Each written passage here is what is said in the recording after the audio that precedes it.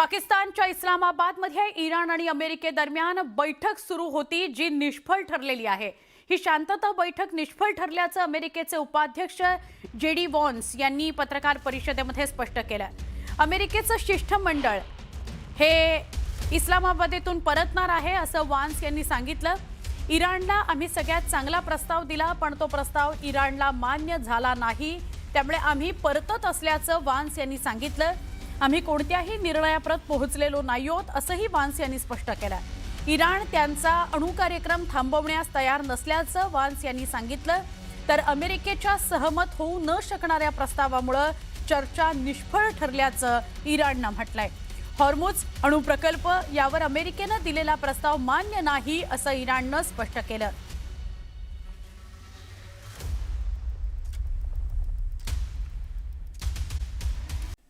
यानंतर एक महत्त्वाची बातमी आपण पाहूया। दोन्ही राष्ट्रवादी काँग्रेसचं विलीनीकरण झालं तर आमचा त्याला विरोध नसेल। विलीनीकरणावर भाजपच्या मोठ्या नेत्यानं खासगीत बोलताना हे विधान केलंय। विलीनीकरणाचा निर्णय त्यांना घ्यायचा आहे असं विधान त्यांनी केलं आहे, पण सध्याची परिस्थिती पाहता विलीनीकरण होईल असं वाटत नाही, अशी माहिती भाजपच्या उच्चपदस्थ नेत्यांनी दिल्लीत दिली आहे।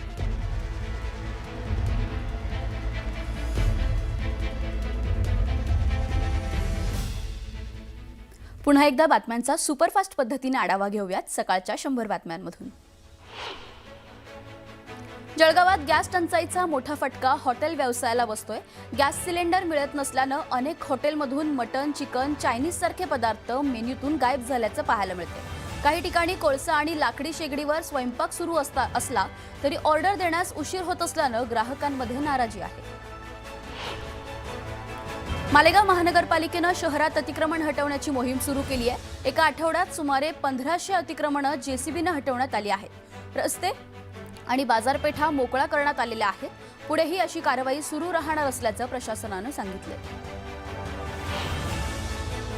हिंगोली जिल्ह्यात भूकंपाचे धक्के जाणवतात। 4.7 रिश्टर स्केल भूकंपाची नोंद झाली असून नांदेड आणि परभणीच्या काही भागातही हादरे बसलेत। वसमत तालुक्यातील पांगरा शिंदे परिसरात भूकंपाचा केंद्रबिंदू असून घटनेचा सीसीटीव्ही समोर आलाय। वाशिम जिल्ह्यातील काही भागात भूकंपाचे सौम्य धक्के जाणवलेत। अचानक जमिनीला हलका हादरा बसल्यानं नागरिक घाबरून घराबाहेर पडले, मात्र हा धक्का सौम्य असल्यानं कोणतीही जीवितहानी किंवा वित्तहानी झालेली नाही। कर्जतमध्ये रेल्वे प्रवाशांनी अनेक प्रलंबित मागण्यांसाठी सह्यांची मोहीम सुरू केली आहे। एक्सप्रेस गाड्या थांबवा, नवीन शटल सेवा आणि कर्जतला जंक्शन दर्जा देण्याची प्रमुख मागणी आहे। मागण्या मान्य न झाल्यास रेल रोको आंदोलनाचा इशाराही देण्यात आलाय। अहिल्यानगरच्या कापडा बाजार महानगरपालिकेतून पे अँड पार्क सुरू करण्याच्या हालचालींना व्यापाऱ्यांनी तीव्र विरोध केलाय। या योजनेमुळे ग्राहक आणि व्यापाऱ्यांना त्रास होईल असं व्यापाऱ्यांचं म्हणणं आहे। मागणी मान्य न झाल्यास आंदोलनाचा इशारा व्यापाऱ्यांनी दिलाय।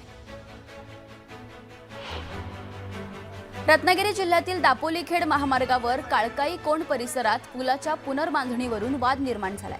पावसाच्या तोंडावर पूल तोडण्याचा निर्णय घेतल्यानं पुढील 3 महिन्यांसाठी वाहतूक अन्य मार्गांवर वळवण्यात येणार आहे, त्यामुळे नागरिकांना मोठा फटका बसणार आहे। यवतमाळच्या अरणीत पैनगंगा धरण प्रकल्प रद्द करण्यासाठी शेतकऱ्यांनी महामार्गावर चक्काजाम आंदोलन केलं। 95 गावं आणि हजारो एकर शेती पाण्याखाली जाणार असल्याचा आरोप करत गाव वाचवा शेती वाचवा या घोषणा देण्यात आल्या। मागणी मान्य न झाल्यास आंदोलनाचा इशाराही देण्यात आलाय।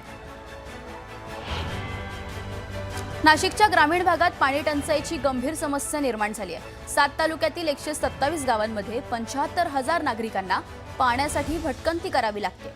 प्रशासनाकडून 44 टँकर सुरू असले तरी पाणी पिण्यायोग्य नसल्याची तक्रार आता ग्रामस्थ करतात।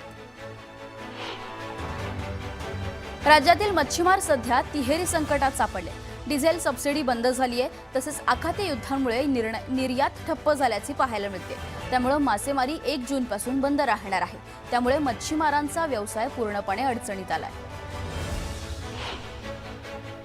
कोल्हापूरच्या अंबाजोगाई मंदिरात सुरू असलेल्या जतन आणि संवर्धन कामांदरम्यान मोठ्या प्रमाणात नक्षीकाम आणि मूर्तींची हानी झाल्याचा गंभीर आरोप हिंदुत्ववादी संघटनांनी केलाय। ठेकेदारांच्या निष्काळजीपणामुळे सुमारे 70 ते 75% नक्षीकाम खराब झाल्याचा दावा करण्यात आलाय। या प्रकरणी संबंधित ठेकेदारांवर कायदेशीर कारवाई करून त्यांच्यावर गुन्हा दाखल करण्याची मागणी करण्यात आली आहे। छत्रपती संभाजीनगर जिल्ह्यासह संपूर्ण मराठवाड्यात अवकाळी पाऊस आणि बदलत्या हवामानाचा मोठा फटका फळबागांना बसल्याचं पाहायला मिळते। विशेषतः आंबा बागांमध्ये मोठ्या प्रमाणात गळती होऊन झाडाखाली आंब्यांचा सडा पडला आहे। मात्र नुकसान होऊनही प्रशासनाकडून पंचनामे सुरू झालेले नाहीत, त्यामुळे नुकसान भरपाई कधी मिळणार असा प्रश्न शेतकऱ्यांसमोर आहे। भिवंडी तालुक्यातील पुसांड खांडपे गावाच्या हद्दीतून जाणाऱ्या मुंबई वडोदरा एक्सप्रेस वेवर कार आणि 2 बाईकचा विचित्र अपघात झालाय। या अपघातात एकाचा मृत्यू झालाय। कारवरील चालकाचा ताबा सुटल्यानं त्यानं 2 बाईकला धडक दिली।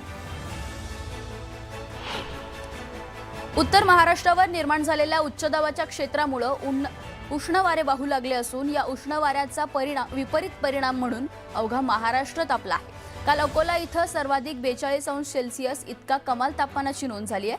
भारतीय हवामानशास्त्र विभागानं पुढील 4 आठवडे अधिक उष्णतेचे असतील अशी शक्यता वर्तवली आहे।